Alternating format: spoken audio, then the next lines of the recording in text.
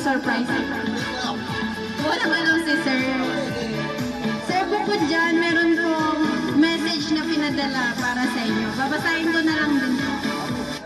Okay, nakikita ko sa TV ko eh, yung mga ganyan. Happy birthday, tatay. Stay strong and healthy. More birthdays to come. May the Lord bless you always. I miss you so much. Mahal namin kayo. From Joanna and Destiny. Ayan, sir. Galing po sa kanila yung surprise. Sir, meron po ba kayong gustong sabihin sa kanila? Maraming salamat sa kanila sa pagbigay ng ganito. Di ba kakain na may therapist Miss Joy. Pero sa Leona, sabi mo kay Leona,